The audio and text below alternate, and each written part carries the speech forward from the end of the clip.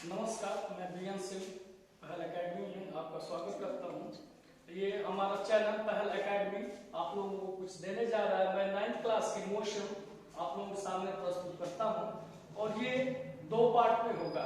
पहले पार्ट में होगा जितने भी मोशन में जितने भी थ्योरेटिकल पार्ट हैं वो दिए जाएंगे और सेकेंड पार्ट में ग्राफिकल मेथड से मोशन ऑफ इक्वेशन को डेरिवेशन करना और जितने भी न्यूमेरिकल्स प्रॉब्लम होंगी उनको उसमें डिस्क्राइब करेंगे। तो चलिए अभी हम शुरू करते हैं क्लास 9 का चैप्टर मोशन।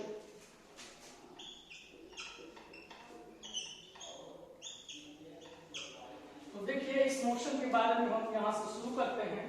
ये मोशन क्या होता है इसको समझने के लिए हम लोगों को सबसे पहले एक आवश्यक चीज समझना जरूरी है।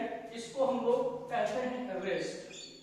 इसको हम लोग रेस्ट कहेंगे और जो दूसरा पार्ट है ये यही वाला है मोशन। इन दोनों को समझने के लिए हम लोगों को सबसे पहले एक स्टेशनरी ऑब्जेक्ट को एज्यूम करना होगा। जैसे मान लीजिए ये कोई ऑब्जेक्ट है, ये स्टेशनरी है। ये कोई ऑब्जेक्ट है, ये स्टेशनरी है या ये नॉन मूवेबल है, यानी फिजिक्स की भाषा में ये नॉन मूवेबल होगा। ये अपनी जगह पे स्थिर होगा, ये एक जगह से दूसरी जगह नहीं हिल सकता है। अब इसी की रिस्पेक्ट में यहाँ पे हम लोग कोई एक दूसरा ऑब्जेक्ट लेते हैं। इसी की रिस्पेक्ट में ये मान लीजिए कोई एक दूसरा ऑब्जेक्ट है। ये ऑब्जेक्ट 1 है जो स्टेशनरी है, ये ऑब्जेक्ट 2 है जो ये स्टेशनरी नहीं है, यानी ये एक जगह से दूसरी जगह तक मूव कर सकता है। और जैसे कि हम लोगों ने अज्यूम किया ये एक ऑब्जेक्ट है, अगर यहां से यहां तक का कुछ टाइम बीतते हुए, जैसे जैसे टाइम बीत रहा है, टाइम पास हो रहा है, अगर ये यहां से ये ऑब्जेक्ट यहां से अगर मूव नहीं कर रहा है, अपनी जगह नहीं बदल रहा है, तब इसको हम लोग कहेंगे कि ये रेस्ट में है। तब इसको हम लोग कहेंगे कि ये रेस्ट में है। यानी रेस्ट मीन्स ये हुआ कि कोई भी ऑब्जेक्ट मूव न करे, अपनी जगह से मूव न करे, यानी डिस्प्लेसमेंट न हो। यानी क्या न हो? डिस्प्लेसमेंट न करे, डिस्प्लेसमेंट न करे। फिर उसके बाद डिस्प्लेसमेंट न करेगी यानी इसके में कोई भी बदलाव नहीं होगा, जहां थी वही रहेगी, तब इसको कहेंगे कि ये रेस्ट में है। वैसे ही अगर मोशन की बात करते हैं तो जब इसी की रिस्पेक्ट में ऑब्जेक्ट 1 जो स्टेशनरी ऑब्जेक्ट है उसी की रिस्पेक्ट में कुछ टाइम बीतते हुए, जैसे जैसे टाइम बीतता है, अगर ये अपनी प्लेस को चेंज कर देती है, जैसे लेट कर लीजिए कि ये अभी वहां से यहां आ गई है, तो अभी इसको हम लोग कहेंगे कि मोशन है। ये कहेंगे कि मोशन हुआ है। क्या कहेंगे? मोशन हुआ है। तो इसका मतलब मोशन हुआ है तो ये बॉडी डिस्प्लेसमेंट कर रही है। ये क्या कर रही है? डिस्प्लेसमेंट को अकर कर रही है, डिस्प्लेसमेंट को अकर कर रही है। अब देखिए मोशन आ गया। मोशन में ये सब डिस्टेंस, डिस्प्लेसमेंट, ये सब एक्सेलरेशन, ये सब सारी चीजें कहां से इसमें आ जाती हैं। तो इसके लिए हम लोगों को सबसे पहले जानना जरूरी होगा कि फिजिकल क्वांटिटीज क्या होती हैं। तो फिजिकल क्वांटिटीज क्या होती हैं, जब इसको जान जाएंगे तब पता चलेगा ये जितनी भी डिस्प्लेसमेंट, डिस्टेंस, एक्सेलरेशन, वेलोसिटी, ये सब कहां से इसमें आ गई। तो देखते हैं सबसे पहले फिजिकल क्वांटिटी क्या होती है। फिजिकल क्वांटिटीज क्या होती है? तो फिजिकल क्वांटिटी ये फिजिक्स का टर्म्स है। इसमें क्या होता है, ये फिजिकल यानी ये एक ऐसी प्रॉपर्टी होती है जिसमें हम लोग फिजिकल क्वांटिटीज को, यानी जितने भी फिजिक्स में फिजिकल वेरिएबल, फिजिकल कांस्टेंट होते हैं उसको मेजर कर सकते हैं। यानी ये फिजिकल क्वांटिटी क्या होती है? ये एक टाइप की प्रॉपर्टी होती है जिससे हम लोग फिजिकल प्रॉपर्टी को, इसको फिजिकल प्रॉपर्टी को मेजर कर सकते हैं। फिजिकल प्रॉपर्टी क्या कर सकते हैं? मेजर कर सकते हैं। तो इसी को हम लोग कहते हैं फिजिकल प्रॉपर्टी या फिजिकल क्वांटिटीज। यानी जैसे देख लीजिए, क्या हम लोग डिस्टेंस को मेजर कर सकते हैं, डिस्प्लेसमेंट को मेजर कर सकते हैं, वेलोसिटी को, एक्सेलरेशन को,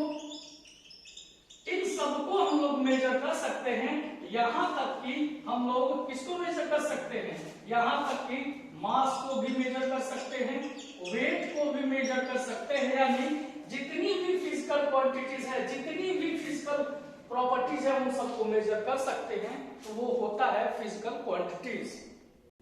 इसमें हम लोग वेट को भी नाप सकते हैं, यानी जितनी भी फिजिकल प्रॉपर्टी है उन सबको अगर हम लोग नाप लेते हैं, मेजर कर सकते हैं, और उसको किसी न किसी एक यूनिट में अगर उसको हम लोग बता सकते हैं, तो उसको हम लोग कहते हैं फिजिकल क्वांटिटी। इस फिजिकल क्वांटिटी को हम लोग 2 पार्ट्स में डिवाइड करते हैं। ये जो पूरी फिजिक्स है, इस पूरी फिजिक्स को मेजरमेंट को, पूरी फिजिक्स के मेजरमेंट जो है, इसको हम लोग 2 पार्ट्स में डिवाइड करते हैं। तो एक को हम लोग कहते हैं स्केलर क्वांटिटी और दूसरे को कहते हैं वेक्टर क्वांटिटी। एक होती है स्केलर क्वांटिटी और दूसरी होती है वेक्टर क्वांटिटी। अब इन दोनों में क्या होता है, करते क्या है कि स्केलर क्वांटिटी वो क्वांटिटीज होती हैं जिसमें केवल और केवल मैग्नीट्यूड आता है। केवल और केवल इसको रिप्रेजेंट करने के लिए हम लोग मैग्नीट्यूड लिखते हैं, केवल और केवल मैग्नीट्यूड। और इस मैग्नीट्यूड का मतलब होता है सीधा सीधा न्यूमेरिकल वैल्यू, सीधा न्यूमेरिकल वैल्यूज होती हैं। तो अगर जिस यूनिट को हम लोग केवल न्यूमेरिकल वैल्यूज में लिख सकते हैं, उसको हम लोग कहते हैं स्केलर क्वांटिटी।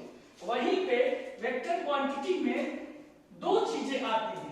एक तो आती है मैग्नीट्यूड, एक मैग्नीट्यूड आती है, और जब मैग्नीट्यूड के साथ साथ इसमें जब हम लोग डायरेक्शन का रिप्रेजेंटेशन कर देते हैं, यानी जब कोई भी डायरेक्शन इसमें लगा देते हैं, तो वो हो जाती है वेक्टर क्वांटिटी। मैग्नीट्यूड यानी न्यूमेरिकल वैल्यूज, और डायरेक्शन फॉर एग्जांपल अगर कोई मूव कर रहा है in the direction of east, तो ऐसे ईस्ट लिख देते हैं। अगर ऊपर की तरफ जा रहा है तो ऊपर की तरफ जो भी डायरेक्शन होगा आपके अकॉर्डिंग उसको रिप्रेजेंट कर सकते हो। तो इसमें कौन कौन सी चीजें आती हैं, कौन कौन से फिजिकल क्वांटिटीज आती हैं, जरा वो देख लीजिए कि कब इसको फिजिकल में, कब इसको स्केलर क्वांटिटी में, और कब इसको वेक्टर क्वांटिटी में रिप्रेजेंट करते हैं। तो देखिए, जैसे सबसे पहले हम लोग पढ़ेंगे डिस्टेंस। ये जो डिस्टेंस होता है ये एक स्केलर क्वांटिटी होता है। क्यों? क्योंकि जब भी आप डिस्टेंस को लिखते हो तो डिस्टेंस को केवल और केवल लिख दोगे या तो 5 मीटर, या तो 10 किलोमीटर, या फिर 25 सेंटीमीटर, कुछ भी लिख सकते हो। तो इसमें क्या है, एक यूनिट है और एक मैग्नीट्यूड है, एक यूनिट है और एक मैग्नीट्यूड है। लेकिन जब भी आप वेक्टर क्वांटिटी को रिप्रेजेंट करते हो तो इसमें डायरेक्शन भी आना चाहिए। तो डिस्टेंस का ही वेक्टर क्वांटिटी होता है डिस्प्लेसमेंट।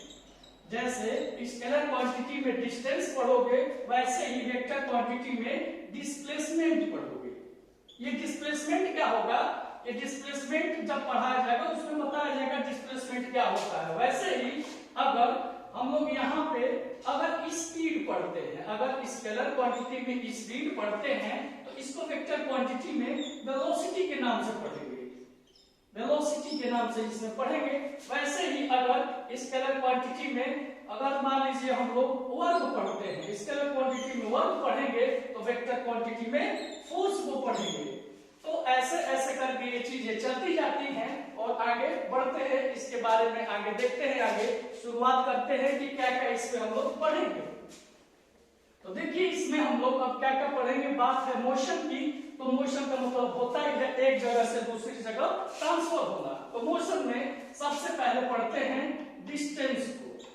मोशन में सबसे पहले डिस्टेंस को पढ़ेंगे, फिर उसके बाद डिस्प्लेसमेंट को पढ़ेंगे, फिर उसके बाद वेलोसिटी को पढ़ेंगे, वेलोसिटी के बाद फिर स्पीड को पढ़ेंगे, स्पीड के बाद एक्सीलरेशन को पढ़ेंगे, एक्सीलरेशन को ही एक और नाम से जाना जाता है जिसको रिटार्डेशन कहते हैं। फिर उसके बाद इसमें ग्राफ्स पढ़ेंगे और ग्राफ के साथ साथ पढ़ेंगे equation of motion, equation of motion. इतनी सारी चीजें इसमें पढ़ना है। तो इसमें क्या है, ये ग्राफ वाले पार्ट को इसमें हम लोग, और इक्वेशन ऑफ मोशन को इस पार्ट में नहीं अगले पार्ट में हम लोग करेंगे। तो आइए अब शुरू करते हैं डिस्टेंस से। डिस्टेंस होता क्या है? चलिए तो फिर डिस्टेंस के बारे में हम लोग डिस्कस करते हैं। देखिए जैसे मान लीजिए ये कोई पॉइंट ए है और यहां से ये कोई पॉइंट बी है, ठीक है। यहां से पॉइंट ए और ये पॉइंट बी, यहां से कोई ऑब्जेक्ट या बॉडी, फिजिक्स में जब भी कोई ऑब्जेक्ट या बॉडी की बात करता है तो उसका मतलब ऑब्जेक्ट यानी क्या होगा और बॉडी क्या होगी, दोनों सेम चीज होगी, दोनों सेम ही चीज होगी। यानी ऑब्जेक्ट भी वही है जो पार्टिकल से, मैटर से मिलकर बना है, और बॉडी भी वही है जो छोटे छोटे सेल से, मैटर से, पार्टिकल से मिलकर के बना हुआ है। तो हम लोग फिजिक्स में किसकी बात करेंगे? ऑब्जेक्ट या बॉडी की बात करेंगे। तो क्या होगा, कोई अगर बॉडी है, यहां मान लीजिए कोई ये बॉडी है क्यू, कोई ये बॉडी क्यू है। अब ये क्या करती है, यहां से मोशन करना स्टार्ट करती है इस डायरेक्शन में, ये ऐसे मोशन करना स्टार्ट करती है और यहां से यहां तक जा रही है। तो होता क्या है, जहां से चली और जहां तक गई, जितने समय में जो इस ए और बी के बीच में गैप था, उस गैप को हम लोग एक्चुअल पाथ कहते हैं। उस गैप को एक्चुअल पाथ कहते हैं। और यही एक्चुअल पाथ जब किसी भी एक गिवन टाइम में जब ट्रेवल हो जाता है तो इसी को हम लोग कहते हैं डिस्टेंस। इसी को डिस्टेंस कहा जाता है। यानी जब कोई एक बॉडी है क्यू, ये मोशन करती हुई पॉइंट ए से पॉइंट बी तक गई, तो पॉइंट ए से पॉइंट बी के बीच में कुछ गैप है, इस गैप को हम लोग कहते हैं एक्चुअल पाथ। जब इस गैप को बॉडी कवर कर रही थी, चल रही थी, तो कुछ समय ले रही होगी, तो उसी समय में जो एक्चुअल पाथ को ये कवर करेगी उसी को हम लोग कहते हैं डिस्टेंस। ये हो जाता है डिस्टेंस। अब डिस्टेंस क्या है, देखिए एक स्पेसिफिक डायरेक्शन कोई इसके क्लियर है नहीं। अब चाहे भी बॉडी ए से यहां भी जा सकती है, चाहे तो ए से यहां भी जा सकती है, ए से यहां भी जा सकती है, तो कोई भी डायरेक्शन फिक्स नहीं है। तो इसलिए इस डिस्टेंस को हम लोग कहते हैं कि ये है स्केलर क्वांटिटी। ये डिस्टेंस कौन सी क्वांटिटी होती है? स्केलर क्वांटिटी होती है, जो इसकी एसआई यूनिट होती है। फिजिक्स में क्या है कि कोई भी यूनिट नहीं चलती है, यहाँ पे एसआई यूनिट लिखा जाता है। तो इसकी एसआई जो यूनिट होती है ये, और ये सिर्फ और सिर्फ मीटर होती है।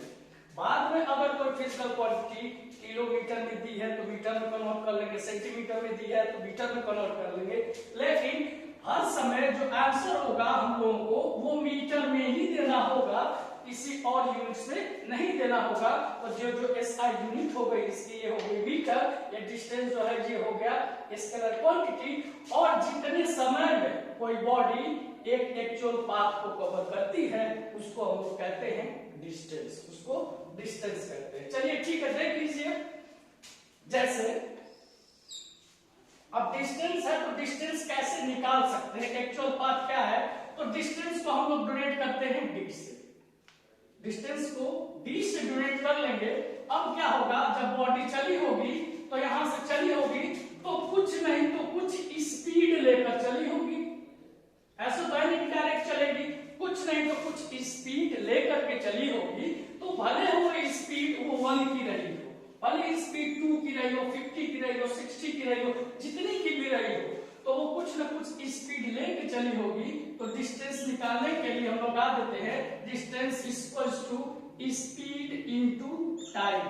डिस्टेंस का ये फॉर्मूला होता है, distance equals to speed upon time. यहां से हम लोग डिस्टेंस को निकाल सकते हैं। इसी एक फॉर्मूले से हम लोग चाहेंगे तो स्पीड भी पता कर सकते हैं, चाहेंगे तो हम लोग टाइम को भी पता कर सकते हैं। कैसे पता कर सकते हैं, तो जैसे मान लीजिए अभी ये स्पीड है, ये टाइम है। अब डिस्टेंस दिया हुआ है, टाइम भी दिया हुआ है, और पता करना है कि कितनी स्पीड से वो बॉडी ट्रेवल की है, कितनी स्पीड से वो बॉडी उस डिस्टेंस को कवर की हुई है। तो इसके लिए लिख लेते हैं S इक्वल्स टू, अब क्या बचा, d बचा और t इधर आ गया, तो ये होगा टाइम, यानी speed equal to distance upon time. एक तो ये फॉर्मूला हो गया।